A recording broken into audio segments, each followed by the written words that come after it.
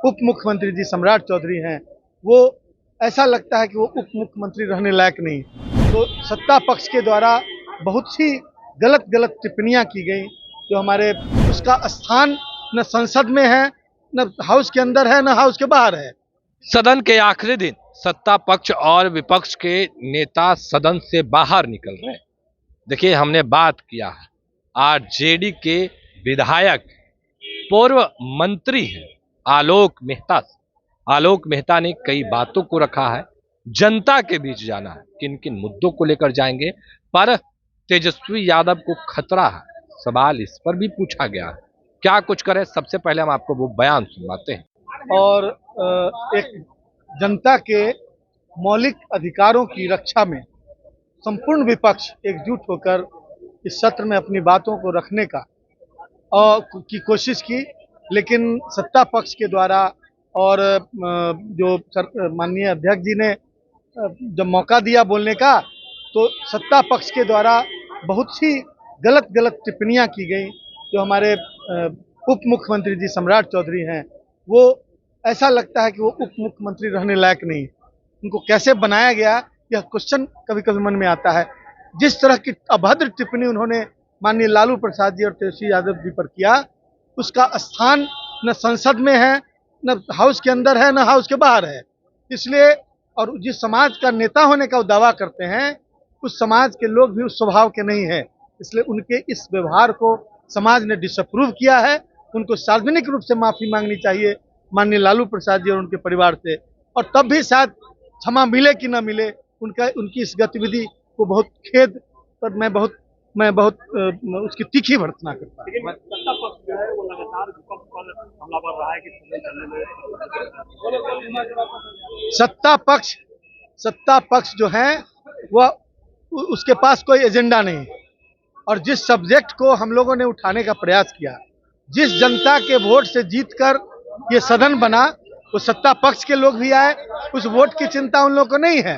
यदि नहीं है तो ये जनता भी देख रही है कि हम क्या उठा रहे हैं, किसका विरोध कर रहे हैं। आने वाले दिनों में जब चुनाव होगा तो जनता इस बात को ध्यान में रखेगी। किन किन मुद्दों को लेकर जनता के बीच जाना है? जनता सबसे बड़ा मुद्दा अभी जो है, बिहार में हर मसले पर, हर दृष्टिकोण से सारे जो मानक हैं उस पर बिहार अंतिम पैदान पर खड़ा है। और 20 साल का शासनकाल जो है, बिल्कुल उसका रिजल्ट क्या आया, ये जनता को गलत ढंग से पेश करने की कोशिश की जा रही है। लेकिन जनता इन बातों को समझती है और जनता उसका फैसला करेगी इस चुनाव में। कह रहे हैं कि विपक्ष के लोग सदन चलने नहीं, विपक्ष के लोग जनता के सवाल पर, जनता के मौलिक अधिकार के सवाल पर विरोध किए, इसलिए कि उसकी प्राथमिकता अधिक थी और उसकी महत्ता अधिक है। जब हमारा वोट का राइट जो है, वोटिंग राइट बाबा साहब का दिया हुआ सबसे नया तोहफा है, और आम जनता के पास वही एक हथियार है जब सरकार पर या जनप्रतिनिधियों पर अंकुश रखा जा सकता है।